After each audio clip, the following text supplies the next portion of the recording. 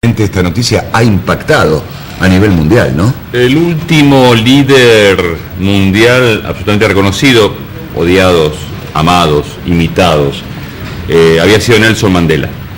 Claro. Me recordé rápidamente a Nelson Mandela cuando murió. De todas maneras, en el momento de la muerte Nelson Mandela fue amado por todos. Claro. No fue así en el momento del apartheid. Sobre todo por gobiernos como el de Estados Unidos, gobiernos como el de Israel, que hacían muy buenos negocios con el gobierno sudafricano al momento que Nelson Mandela estaba prisionero, pero tras la muerte de Nelson Mandela fue sin duda amado por todos también cuando llegó a ser presidente. Fidel Castro es el último, si vos querés, de los grandes líderes internacionales reconocidos por todos que muere. No existe en la actualidad otro. El último había sido Nelson Mandela y ahora Fidel Castro. Como te decía, Donald Trump lo odia, odiado por algunos, amado por otros, otros que lo intentaron imitar en los años 60, los intentos revolucionarios en distintas partes del mundo. Sobre todo también aquí en Sudamérica, muchos llevaban como bandera a Fidel Castro. Claro. Fidel Castro también, para los argentinos, muy unido a una de las figuras internacionales más importantes que tiene Argentina, que sin duda fue Ernesto Che Guevara. Claro. Por eso para los argentinos es tan importante. Odiado, amado, pero sin lugar a duda nadie puede obviar lo que fue la figura de Fidel Castro. Hay figuras históricas que son bisagras. Sí. El mundo era uno antes de Fidel Castro y otro después, lo que significó la Revolución Cubana que llegó al poder en enero de 1959. Sí. Y esa figura de Fidel Castro, que más allá de que hace años que no está en el poder, sin duda se mantenía vigente y se mantiene vigente. Cuando uno ve mensajes como el de Donald Trump, piensa, ¿y ahora qué en Cuba? Cuba, que había iniciado hace un año, estaba iniciando un proceso de apertura de la mano de Raúl Castro, el hermano de Fidel, y de Obama en los Estados Unidos, un proceso de acercamiento a Estados Unidos. Recordemos que desde los años 60 hasta ahora tenemos 50 años, más de 50 años de bloqueo, claro, que ahora se empezó a abrir un poco. ¿Qué pasará con Donald Trump? Esa es la gran pregunta. Sin Fidel y con Donald Trump en el poder en los Estados Unidos, ¿qué va a pasar con este acuerdo que hay, con estos intentos de reapertura, estos intentos de terminar con ese bloqueo, de establecer relaciones medianamente normales entre Estados Unidos y Cuba? Ese es un misterio. Pero sin duda con Fidel Castro se va una de las últimas figuras internacionales que marcaron una época. La Revolución Cubana para nosotros, para los latinoamericanos, fue algo muy importante. Insisto, algunos que la rechazan abiertamente, otros que la aman, otros que quizá la amaron en un principio. ¿Quién podía estar en desacuerdo con una revolución que lo que hizo fue sacar a una tiranía, claro, que fue la de Batista, una tiranía amparada también por lo que era la ayuda de Estados Unidos? ¿Quién puede estar en desacuerdo? Después lo que ocurrió es que Cuba se alió con la Unión Soviética, por tanto ahí pasó a ser odiado por otros, aquellos que lo amaban lo pasaron a odiar. Sin duda es una figura que marca un antes y después, y aunque ya no estaba en el poder, seguía siendo un referente. Te voy a contar una anécdota, porque todos aquellos que lo conocieron a Fidel Castro de una manera más importante, más cercana, otros circunstancialmente, le deja una marca, porque era una persona brillante. Insisto con esto, puede estar de acuerdo o en desacuerdo, pero sin duda era un líder brillante. Recuerdo una vez que me contó en una charla que teníamos con Osvaldo Soriano, sí, el escritor Osvaldo Soriano. Contó que una vez estaba en Cuba, estaba en La Habana, en un encuentro de escritores, creo que era, y estaba justamente con García Márquez, charlando con García Márquez. Eran amigos, Soriano y García Márquez. García Márquez muy amigo de Fidel Castro. García Márquez, el escritor colombiano, que era un amante también de la Revolución Cubana. En un momento, entrando en La Habana, estaba Soriano con García Márquez y viene un mensajero del gobierno cubano a decir, esto pasó en los años 90, comienzos, a decirle, el comandante lo quiere ver. El comandante era Fidel Castro. Sí, claro. Bueno, dice García Márquez, ¿cuándo? Ahora.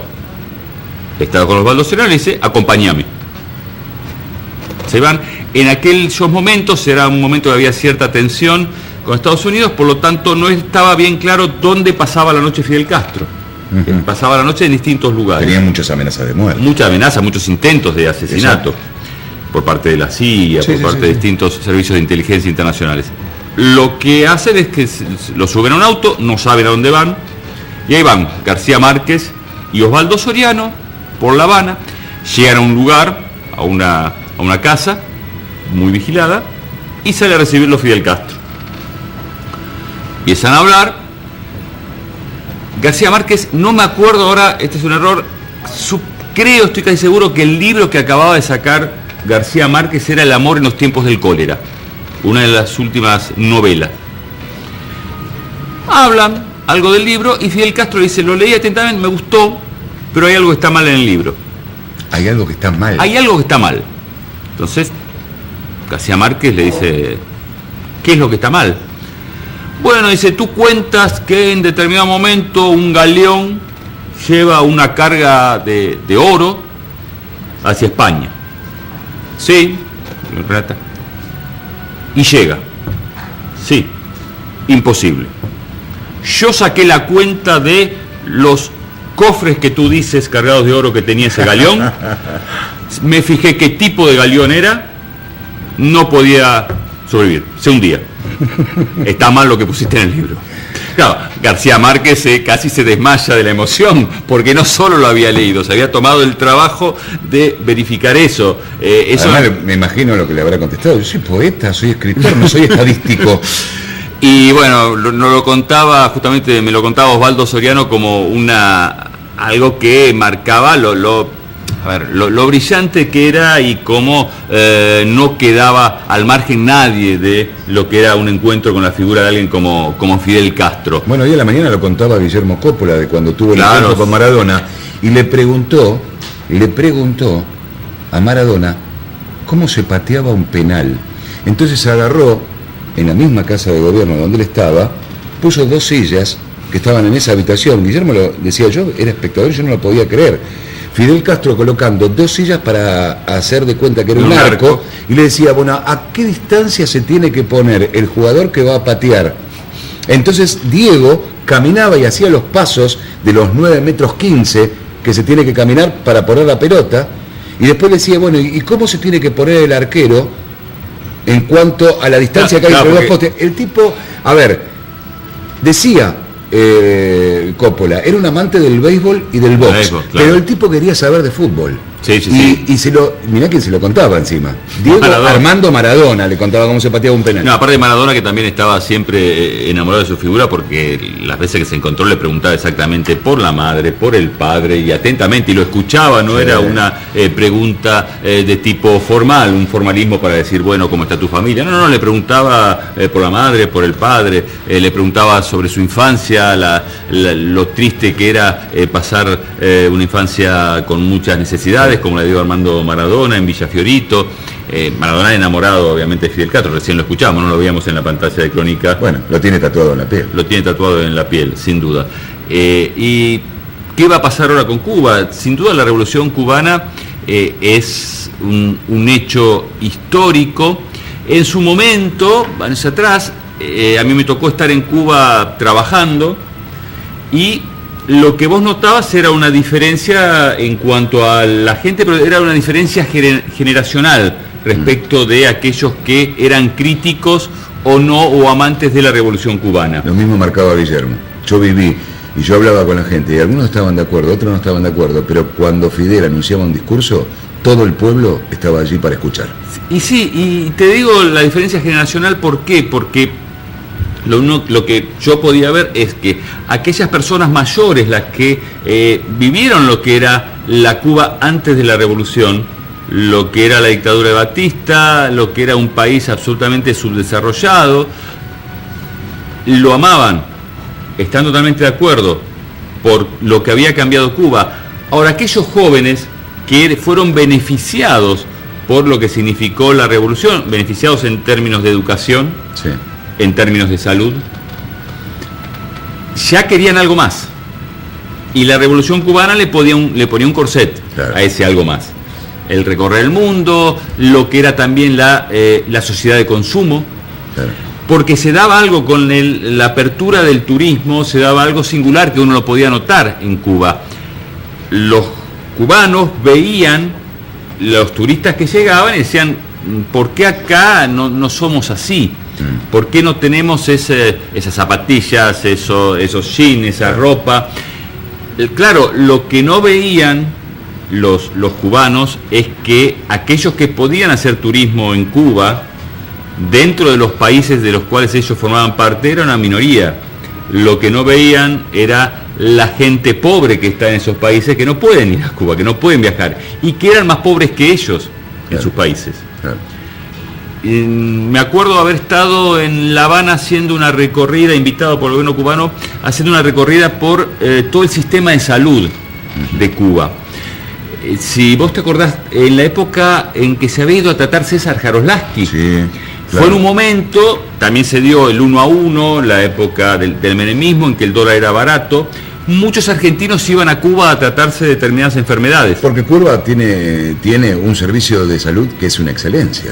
Es una excelencia. Y ahora, ¿por qué también era un servicio de excelencia el cubano?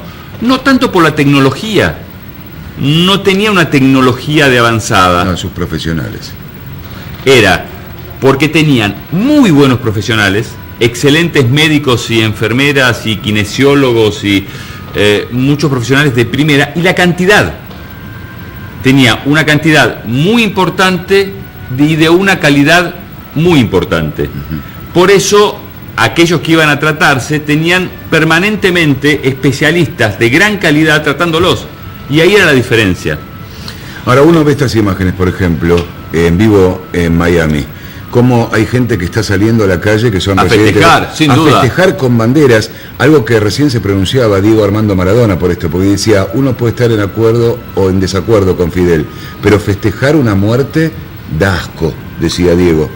Pero bueno, esta es la realidad, y esta es la contracara que generó un líder de las características de Fidel. Claro, recordemos que en Miami, como se le dice habitualmente, se les dice a quienes están allá absolutamente en contra de la Revolución Cubana, los gusanos, ¿no? Como se le dice a los cubanos que llegaron a Miami y que son acérrimos enemigos de la Revolución Cubana, de Fidel Castro. Salen a festejar lo que estamos viendo ahora.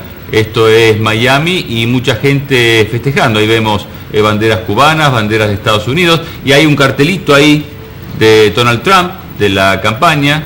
Sí. Trump con el nombre también de su vicepresidente, el candidato a vicepresidente.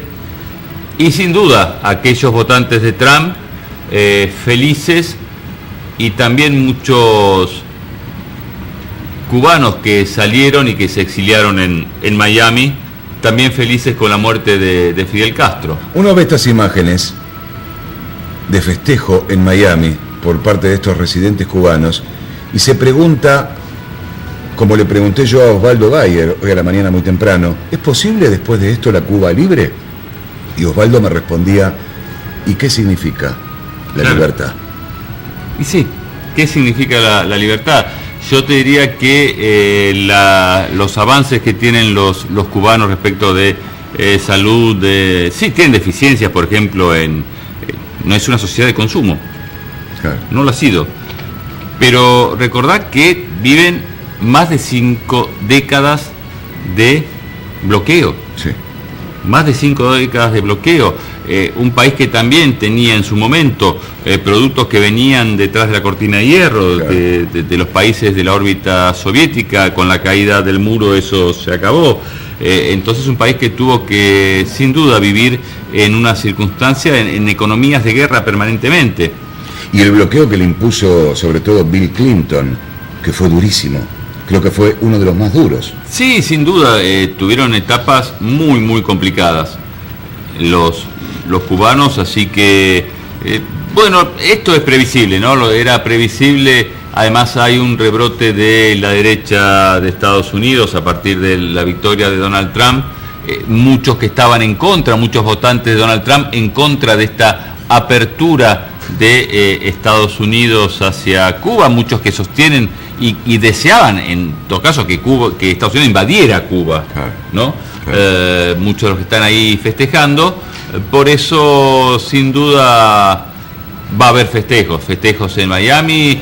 Donald Trump acaba de tirar ese mensaje que realmente, si uno piensa que es el presidente electo de una potencia mundial, quizá una de las principales potencias mundiales, estamos viendo Fidel Castro y usted con esos signos de admiración, uno piensa lo que viene, ¿no? Y también piensa no solamente en este caso lo que puede significar la victoria de Donald Trump para Cuba, lo que puede significar la victoria de Donald Trump para todo el mundo, porque va a ser un presidente complicado, para usar una palabra.